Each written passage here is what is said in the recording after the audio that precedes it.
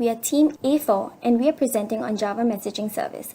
JMS is a Java API which allows application to create, send, receive, and read messages using reliable and loosely coupled communication.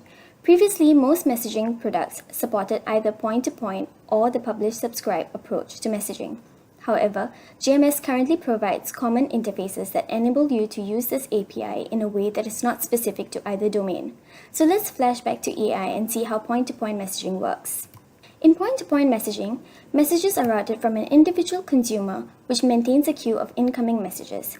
Each message is addressed to a specific queue, and the receiving client extracts messages from those queues. Any number of producers can send messages to the queue. Each message is guaranteed to be delivered and consumed by one consumer. Queues retain all messages sent to them until the messages are consumed or until the messages expire.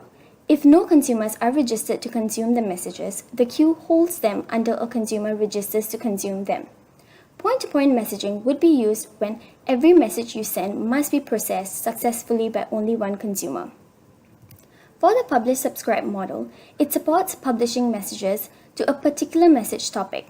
Subscribers must register interest in receiving messages on a particular message topic.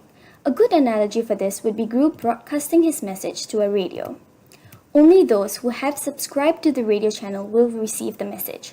0 or more will receive the message. There is a time dependency between publishers and subscribers. The publisher has to create a message topic for clients to subscribe. The subscriber has to remain continuously active to receive messages unless it is established a durable subscription. Publish-subscribe would be used when each message you send can be processed by any number of consumers or none. There are two main methods to enable concurrency in JMS: competing consumers and using multiple queues. The first method to enable concurrency would be to add multiple consumers to a queue. In this scenario, we can see multiple minion workers waiting for messages from the queue. They are also known as competing consumers.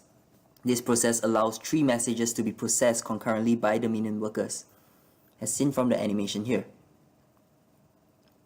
We can see the minions processing their given message action concurrently despite another minion not being done with its task.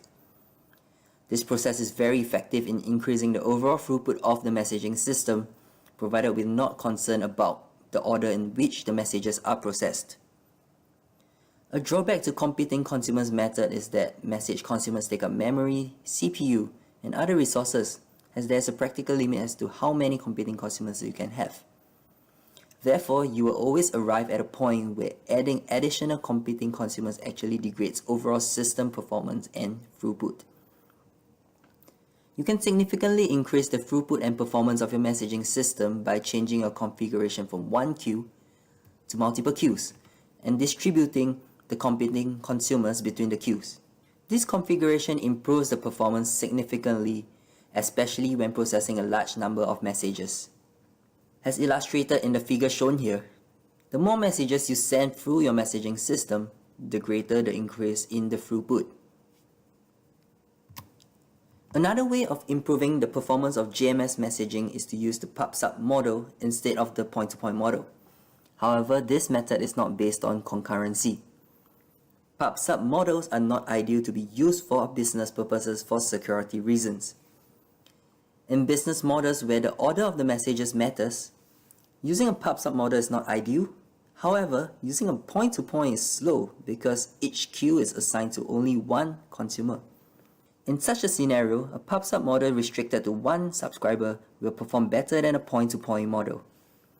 But this would require good level governance. A pub/sub model performs better mainly because of the way it routes messages to the consumers.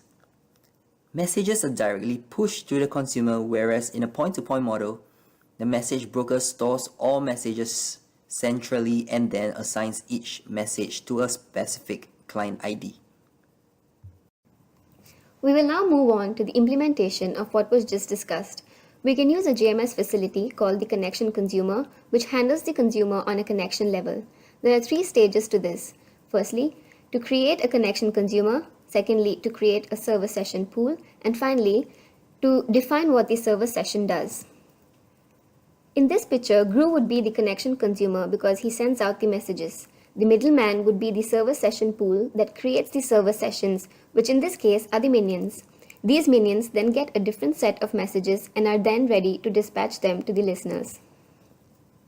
Firstly, we will obtain the initial context object for the JMS server.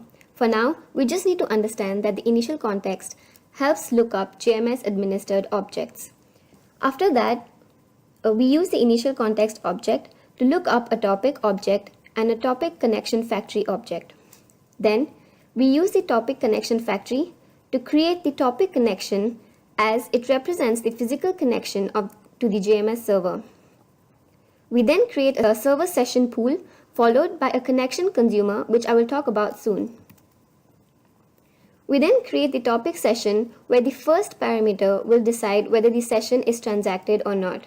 After this, we will create a topic publisher for the topic object and finally send out the messages to the topic object. After that, we must close the topic connection, and as you close this, it will automatically close the session and the topic publisher. The server session pool is associated with the connection consumer since it is passed in as one of the parameters when creating the connection consumer. A programmer will not need to call the get server session as this is done automatically by JMS as needed. Here, we basically create a session where we can also set the message listener. Once the session has been loaded with messages from the publisher, the JMS calls the start method automatically. The start method then calls the run method of the session to begin the dispatch of messages to the listeners. With JMS concurrency, there are still certain disadvantages and pitfalls that comes along with it. The first disadvantage is that the message order may be affected. With the concurrent nature of message dispatching, we will not be able to guarantee that the order of the messages being sent to the consumers will be the same as the order in which the messages were being sent by the producer. So let me give you an example of how the message order may be impacted. So let's say a minion intends to send 3 messages to 5 different minions, and its message consists of the words ba, na, and na in the exact order. However, the different minions may not receive the 3 messages in the same order. After the last message has been sent to the 5 minions, you can see that the message received by the 5 minions will differ from the original message. Another pitfall is that the onMessage method on the session's message listener has to be thread safe as a result of the multiple threads being executed concurrently. Now I'll be describing to you 2 different scenarios, one with thread safety and one without thread safety. So Gru and Dr. Nefario plans to rent 2 minions each from Rent a Minion to help them with their respective evil experiments. However, there are only 3 minions available for rent. They then send their request to Rent a Minion at the same time. With thread safety, Rent a Minion will realize that they do not have enough minions for rent, and they decide to approve Gru's request and reject Dr. Nefario's request.